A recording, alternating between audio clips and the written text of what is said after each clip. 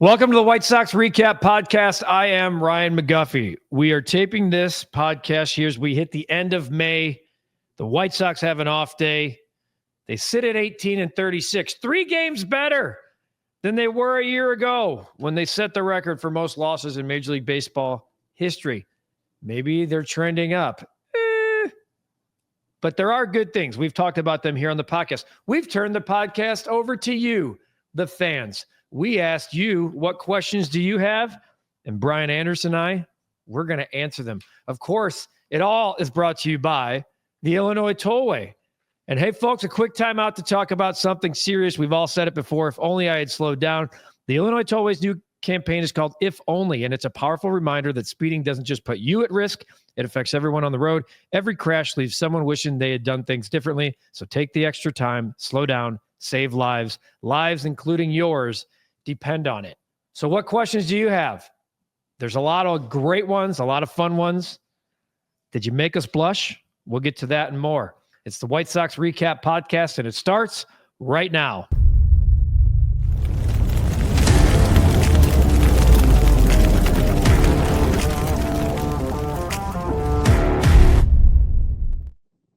There he is, Brian Anderson, back in the flesh.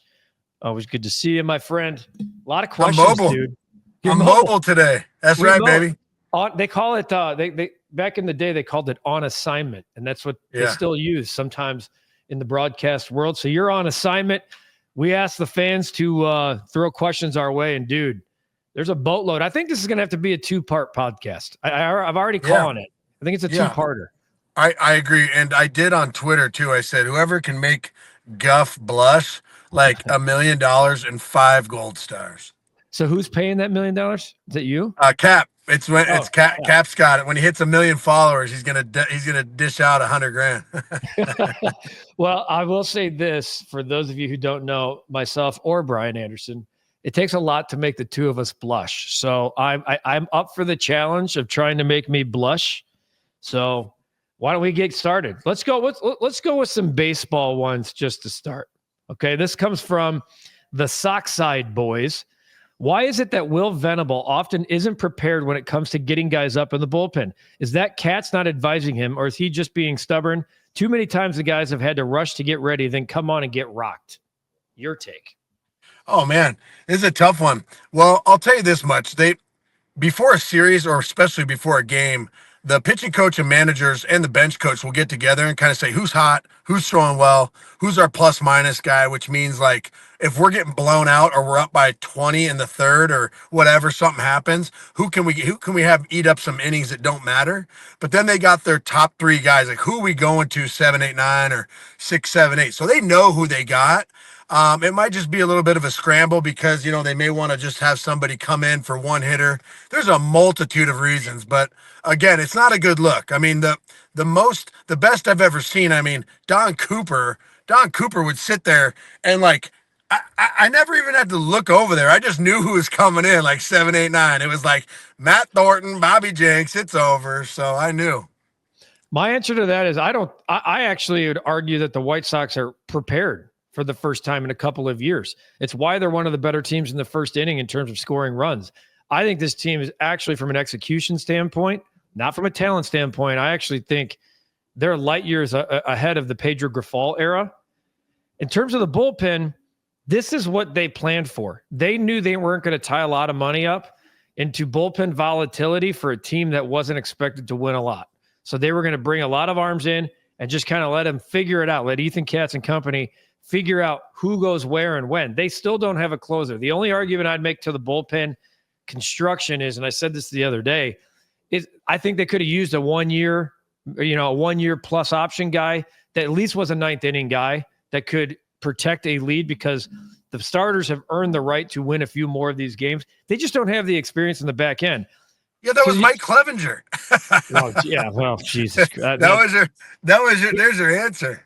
Here's what I'm going to tell you, Southside boys. The White Sox are fifth in the majors in innings pitched out of their bullpen. Not a great stat you necessarily want to be in. I don't think it's lack of preparedness. I don't.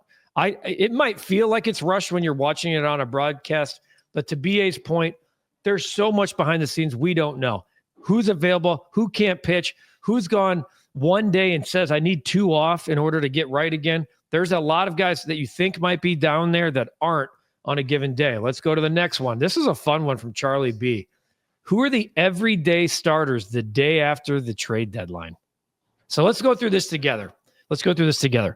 I'm going to not say Andrew because we don't have him right here. I'm not going to say Andrew Vaughn at first base. I'll say Miguel Vargas at first base. Sure. But hey, real quick about Andrew Vaughn, did I miss something? I think one of the questions was like, when Andrew Vaughn's done with his rehab assignment. That's like saying my drunk aunt is going on a vacation. She's going to rehab, all right. Like that's not, he's not rehabbing shit. Yeah, fair point. This is not a rehab assignment, and I don't think this is a short stint either. I don't think they're looking for a 10-game span down in AAA to get right. I think this is something. I'd be a little surprised if it was. Hey, he goes 20 for 40 with 5 jacks. He's coming back up. Well, just for the record, at this point, as we tape this, he's not gone 20 for 40 with 5 jacks. He does have 1, but he's been improving the last couple of at bats. Who are the starters? So Chase Mydroth. Right now, he's been playing short a lot. I think ideally he's a second baseman to me. He's a second baseman. Keep in mind, this is after the deadline. Is Colson Montgomery up? Yeah, I think he's got to be if he keeps swinging it like he is. But even if he does, I mean, that could be a platoon situation. If Mydroth is playing good shortstop, if he's sitting at the top of the lineup, they may not want to mess with him. Okay, so let's just for fun say it's Mydroth at second, it's Colson at short. Who's at third?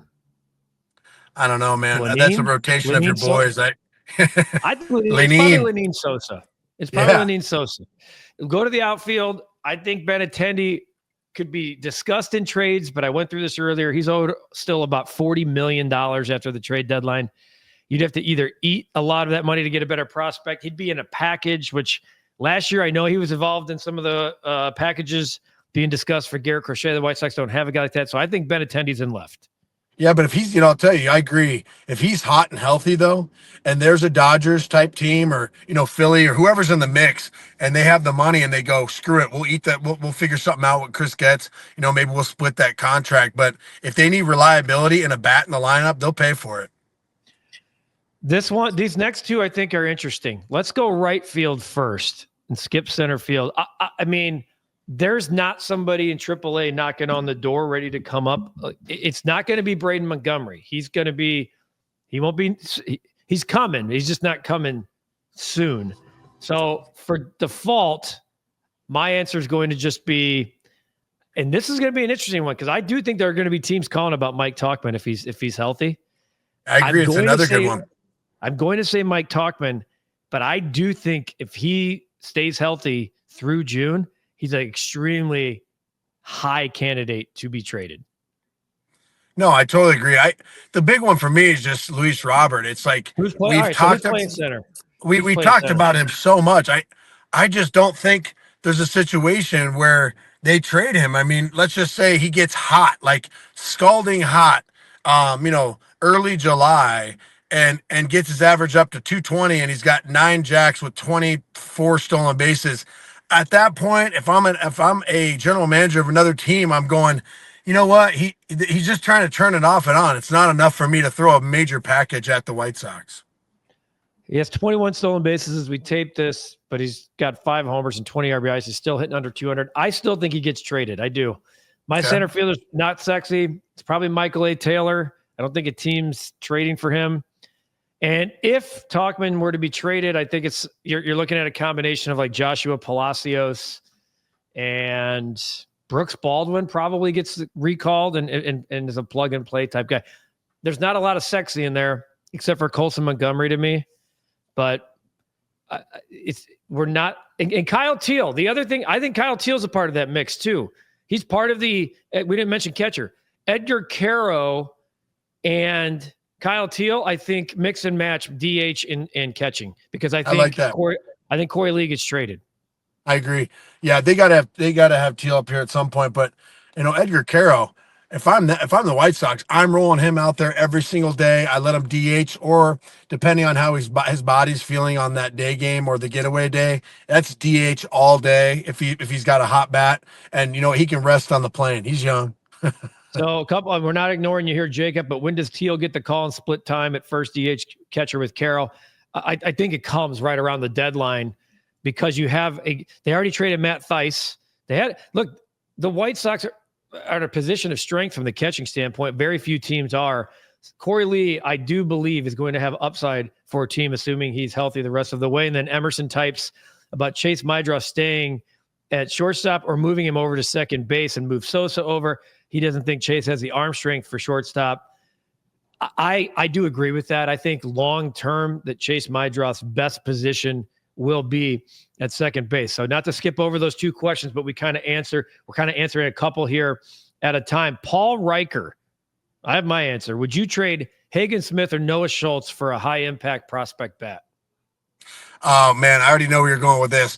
I would trade Hagen Smith for a high impact bat and another arm, maybe a veteran arm and a high impact bat that's an even swap, like a AA to a AAA, getting ready to get called up. But absolutely not with Noah Schultz. I mean, you're dealing with like a perennial mini Randy Johnson here, and I think you and I are both excited to see what he could do in a White Sox uniform. My answer to the question, it's unique. I'm 100% with you on Noah Schultz. Noah Schultz, 41 innings pitched. He's got an ERA of 3.95. Hagen Smith, 2.10. The good thing for Hagen Smith, I was going to say the bad thing, but the good thing is that, it is the bad thing. The bad thing, and this is what has me concerned, and earlier when I asked about this, doing some background, I was told it's no big deal. Hagen Smith, as we tape this, has not made an appearance since May 10th. Yeah, isn't he doing some like Bible study, or what's he doing? Some Bible study mid-season mission, some sort of development class. What's going on with that?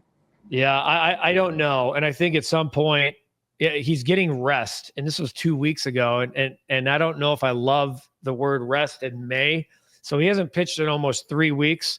So to answer your question, other teams' red flags are going up too. I at this point, those two guys could be wipeout dudes, 1-2, top of the rotation guys for years to come. They do need more high impact bats, but let's be honest, they need dudes in the staff too. They need more Braden Montgomerys. I don't think you're going to trade from a position of, you're not going to rob Peter to pay Paul in this situation. This is a question I want you to definitely answer. It's a really good one, because I was racking my brain when I saw this question come in, trying to think of an option, but I can't. Francisco Barrios Burner, have you seen a bigger in-season adjustment than the one Miguel Vargas is currently on? No, I mean, it's been really fun to watch, and it was put on, a national spotlight when the White Sox played the Cubs, right? And nobody needed that more than Miguel Vargas, as well as the White Sox. So that's the type of stuff, Guff, that you and I have talked about the last 6 months and probably our entire friendship. It's like, you can mix and match and make trades and go get a Jim Thome or go sign a Jermaine Dye who's been playing at a high level for a long time. But eventually one of these guys in the organization is going to get called up, or he's going to say, hey, I went and put in the work this offseason, and I'm enjoying the fruits of my labor. So, it has happened before, right? There has been development at a high level. Some of these guys have come up and really showcased what they can do. And tip of the cap to this guy, because we were both kind of like, yeah, we get it. You put on 20 pounds of muscle in the offseason. Yeah. I use that one too, and then I hit 230. So, you can only do that so many times, but good for him, man. Like, that's really cool. It's amazing. I think that's something for the fans to be excited about, and he should be commended for it. I agree. I couldn't think of one where I've seen that type of quick turnaround in season that quickly. I mean, I was with you. I mean, we were talking about him in the Andrew Vaughn, Luis Robert Jr. discussion of, here's 3 guys hitting 150. He goes, he does this hand adjustment thing, and he ends up being American League Player of the Week after dominating that weekend series against the Cubs. And he's continued. He looked really good against the Mets, a lot of extra base hits. I even went so far as saying, I think Shane Smith, as we head into June, is definitely the all-star on this team. I think Miguel Vargas is trying to be the guy in the rearview mirror that's like, hey, by the way, objects in mirror are closer than they appear. Oh, no doubt, man. Get that Latin vote in the community too. That'd be awesome, man. Especially when it comes voting time. You know, the Latino community, man, they do a great job of rallying behind their own. And I think that he should be commended for that. I think it'd be really great to even sneak in two of those guys. You get hot at the right time, start getting those votes going. But again, the White Sox fans have been looking for something to be excited about. So I think it's a great opportunity to maybe even sneak in one position player and one pitcher. Anthony, we just so you asked if this is lightning in a bottle with Vargas, or does this feel like sustainable success? To me, it feels like sustainable success. Like we don't have to elaborate too much more. I think we just talked about this. Lightning in a bottle is where you see like a 1 week stint and then it kind of reverts and goes back down. He's coming up on probably 100 plate appearances since this hand situation and just continue. I mean, that OPS is starting to get closer to the 800 mark than anything else. So to me, it looks like sustained success. I like this one from J-Con. I'm going to mix baseball and fun. Guff, how do I keep my 10-year-old son a Sox fan despite the Sox being so awful the past few years? Do you want to take the lead on that?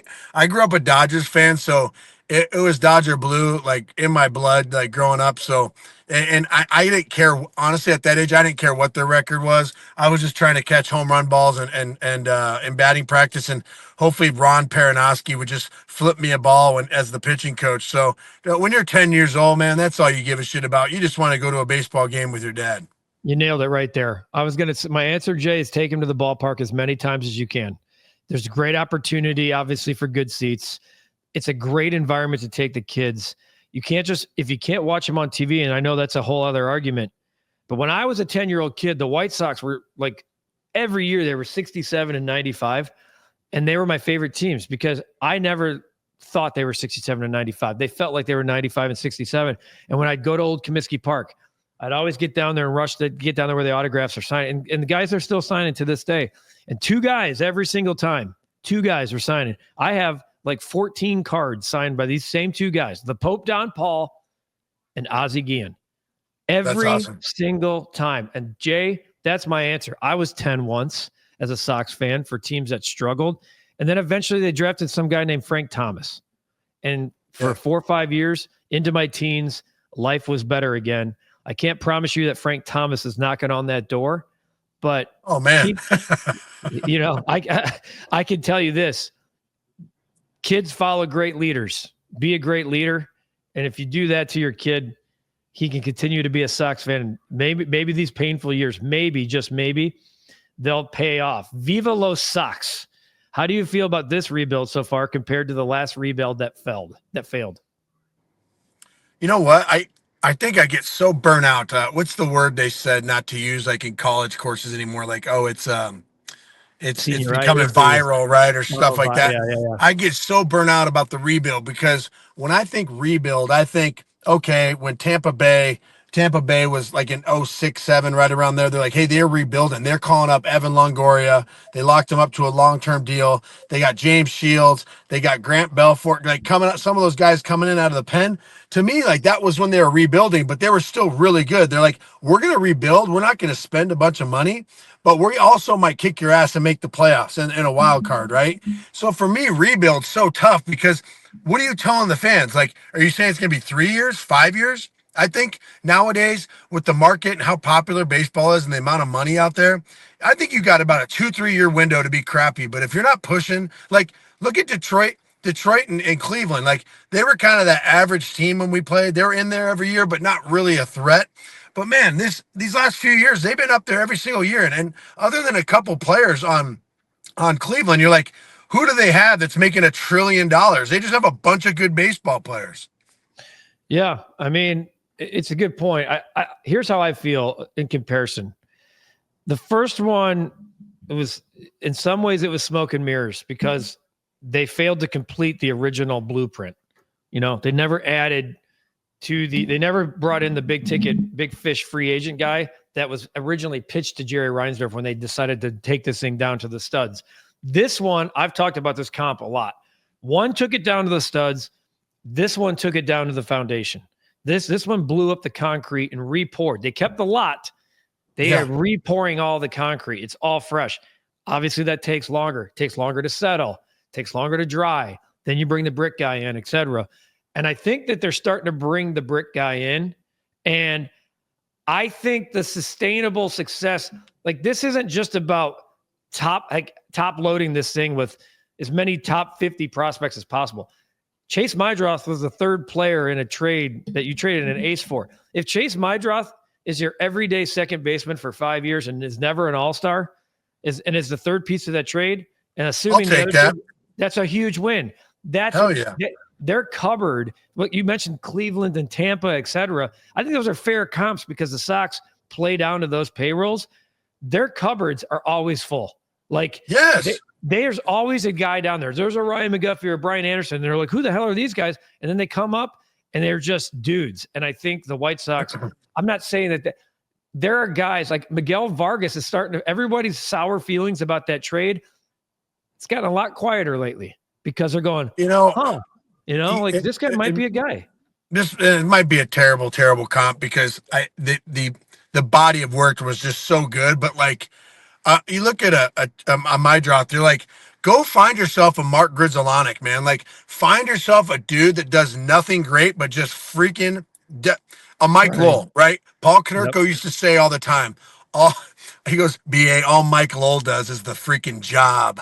And so it's the best comment ever because just go out there and do your job. You can have 2 or 3 really unbelievable players, some all-stars, a couple superstars. If you have 3 or 4 or 5 guys that go out there and just do their job, I always thought I did an excellent job on defense, right? Like I always praise myself and be grateful for that and be content with that. But I used to get so frustrated because I felt like I was letting the team down on the offensive side. You're never as good as you think you are, but you're never ever as bad. But man, I put together some longer stretches of bad at bats. And I just feel like with Meidroth, he's going to always avoid those 0 for 20s with 10 Ks, right? He might hit 190, but he's going to walk 10 times, hit 2 doubles, and be busting his ass. So just find yourself some Mark Grizzolonics and some Mike Lowells. Yeah, I mean, dude, and I haven't seen a White Sox player with this kind of grind approach at the plate with an on-base percentage hovering around 400 like in 15, 20 years. I mean, that's just a fact. Sox train with the record where it is. And as we tape this, they're 18-38 through 56 games, a 3-game improvement over last year. With the recent developments, have the first 2 months been a success? Crazy to say, but I think maybe it's yes. And that's from Sox Train. That's not it's crazy to say. Sox Train believes maybe it's a yes. What do you think? Yeah. We talk all the time on the podcast, offline to fans. You don't have to be good, but you have to put a product on the field that gets the fans excited.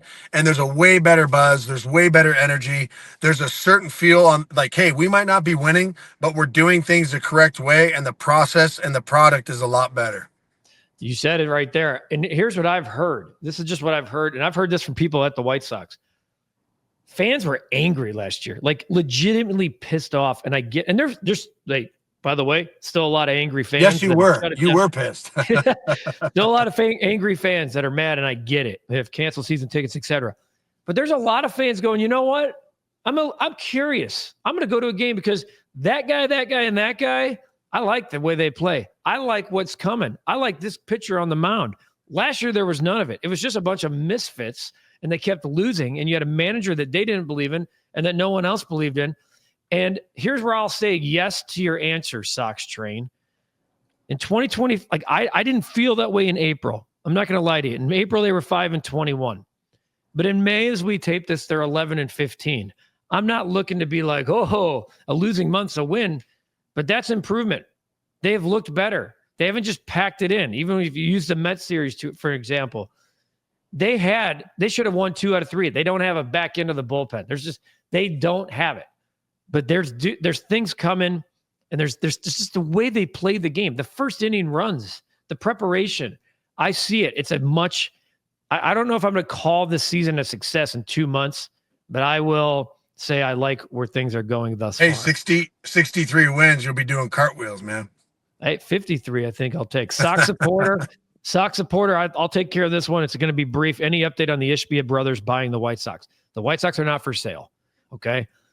Justin Ishbia bought up a lot of the minority shareholds. to increase his stake in the game, backed out of the Minnesota Twins majority ownership, which would tell you there's a quote-unquote handshake agreement that if and when it comes time that Jerry Reinsdorf will sell, or, God forbid something happens and that becomes part of the solution, then I think that's when you'll see that. As for now, there is zero plan for Jerry Reinsdorf to sell the White Sox right now. When that becomes available, we'll let you know. Yeah. I went and saw my buddy Benji Pigovsky the other day, right? Good friend of mine. And he had a lot of pep in his step, and I could have sworn I saw $100 bills just flailing out of his pockets. So I don't know if the Ispias maybe bought the majority share of his family's stake. His father, Larry, got in as one of the original investors, but I felt like he either had childbearing hips or he had about 4 trillion hundreds in each pocket.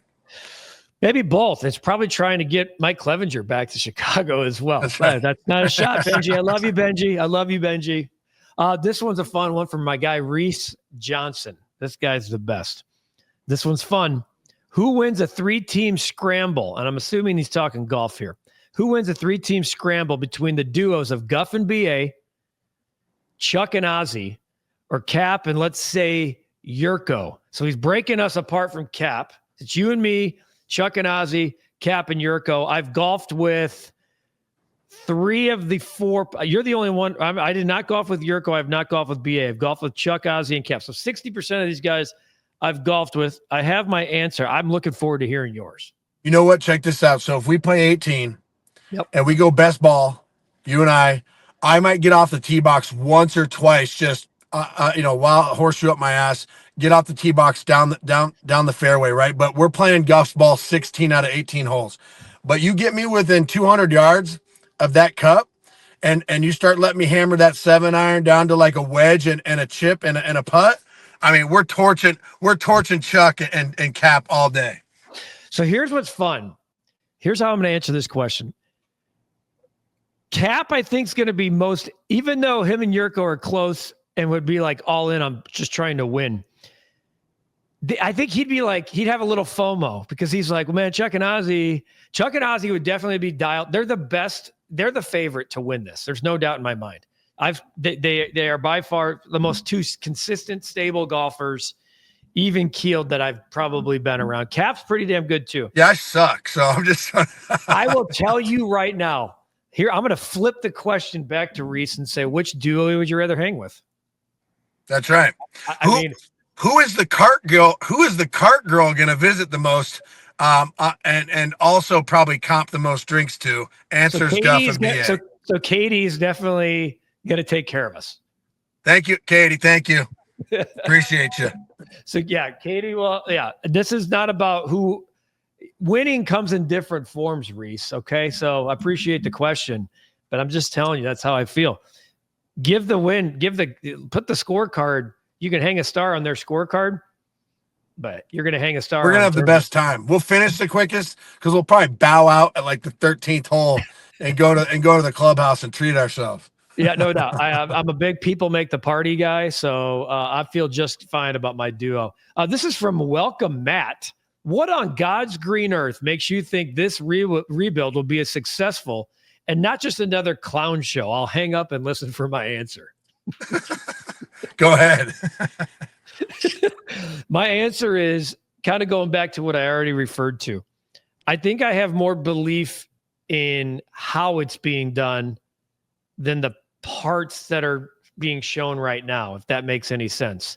I think the process is more thought out and actually being allowed in terms from behind the scenes. Behind the scenes don't equate to W's. I like the manager hire a lot better.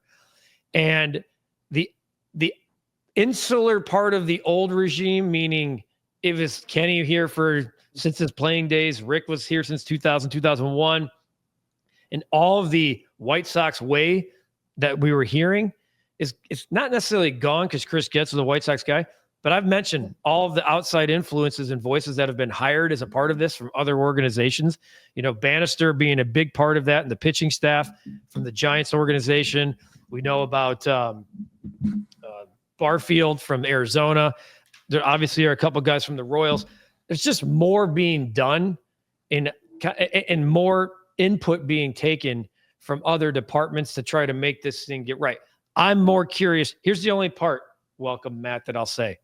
When it comes time to add in a financial way to complement the prospects that we're hoping are going to be here and be good, will that happen? Get set right here, right where I'm sitting. When I asked him, will it be $100 million player? He's like, I think so. No, I think so. And he said, yes, that he will sign a 9-figure player. So look, $100 million player is not a big deal anymore because there's guys getting $700 Holy million. cow. Shoot, I know.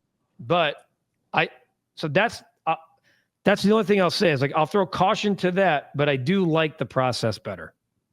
Same. I just get more specific.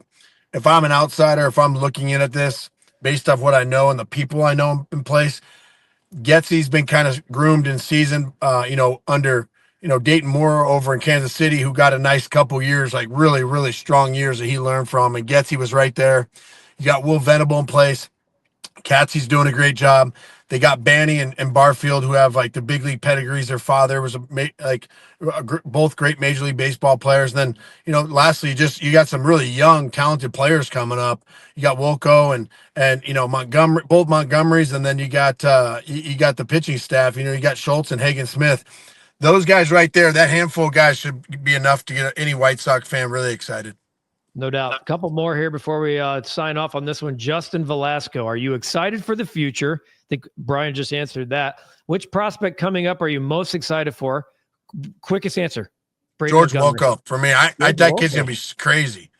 I like Braden Montgomery. Who do you want the Sox to draft? Okay, A, outfielders and infielders in the first few rounds. B, go with pitchers first, then heavy on players from round 2 or position players 2 through 3. C, outfielders. D, other. You know what I want, Justin? Dudes. So I don't care. I got one for you.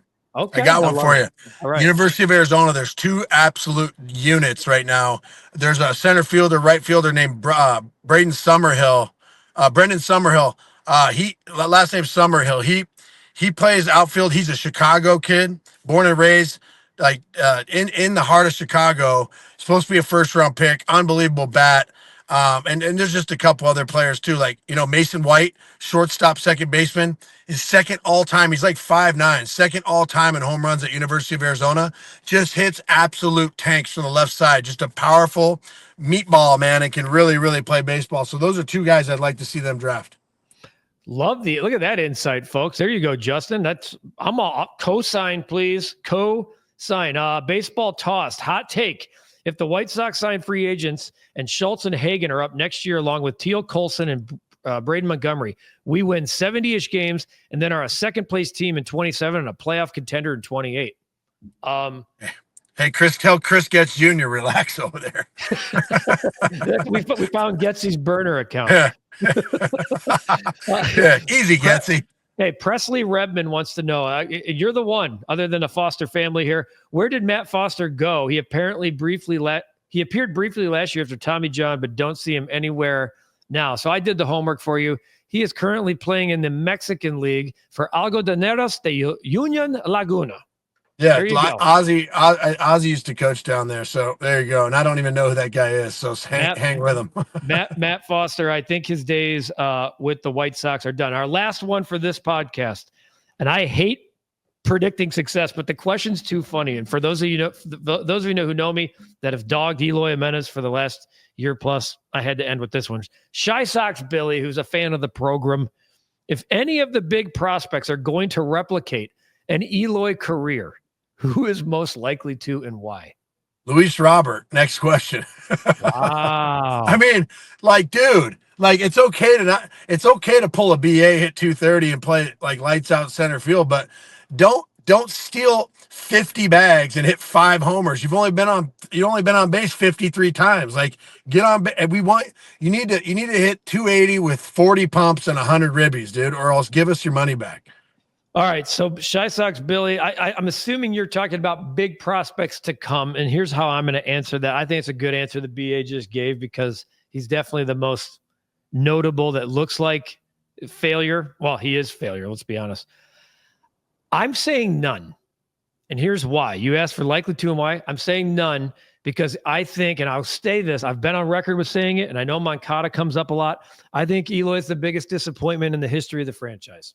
Jeez. I do. Tough. It is tough. You know why? Because this guy was supposed to fall into 30 every year for 5 to 8 years. I mean, just supposed to fall into like Abreu set the tone, and I think he laid the groundwork for him, and the fact he was showing signs of Abreu inside of him, and then he just decided to bail out on every time his calf was sore. Yeah, and you know what? I know about the rehab that wasn't done when he was playing or when he was hurt. And then I got all this stuff. I said this he gets traded to Baltimore, and all these people from the Birdland hashtag are hammering me out of the gate when he's hitting like 400 with slap singles the other way. And you know what he finished in Baltimore last year for the 33 games he played? 203. He was 232. His OPS was 586, which was lower than with the White Sox. He's not who he is. It's why he has not appeared in a major league game. He's out with Achilles tendonitis right now in the minor leagues. Folks, Shy Sox Billy, the answer is nobody, because I don't see another player with that ceiling, with that promise, with the coming up, hi mom, the silver slugger, and then all the injuries and the BS that followed it. Extremely disappointing. So if anybody replicates that, shame on them, because I do feel some of this was self-inflicted. I really do. Done. That's a wrap. These are really good questions, by the way. Yeah, I'm gonna get fired. I get too caught up in this podcast. I love it so much. All right. I think we're going to do another one of these. We have a boatload more of questions that we did not get to. And if you want to keep them coming, hit me up on X, hit BA up on X, and continue the questions, because there's going to be plenty more to come throughout the season. BA, appreciate this. Really good stuff, my friend. You can go not get fired. I'm going to do the Illinois Tollway read, because they are proud partners of this fine podcast. We appreciate you. And this has been always been a really fun thing to do, to turn it over to the fans. Yeah, tell Cap, send those bags of cash. Better make those checks out to cash. Cash, it's just as good as money, that they always say. Quick time out to talk about something serious. We've all said it before. If I had only slowed down. The Illinois Tollway's new campaign is called If Only, and it's a very powerful reminder that speeding doesn't just put you at risk. It affects everyone on the road. Every crash leaves someone wishing they had done things differently. So take the extra time. Slow down, save lives, including yours, depend on it. For BA, for everyone here at the Recap, thanks for watching. The White Sox Recap Podcast, brought to you by the Illinois Tollway, here on YouTube and wherever you download and subscribe to your audio podcast. That puts a bow on this edition. We'll see you next time on the White Sox Recap Podcast.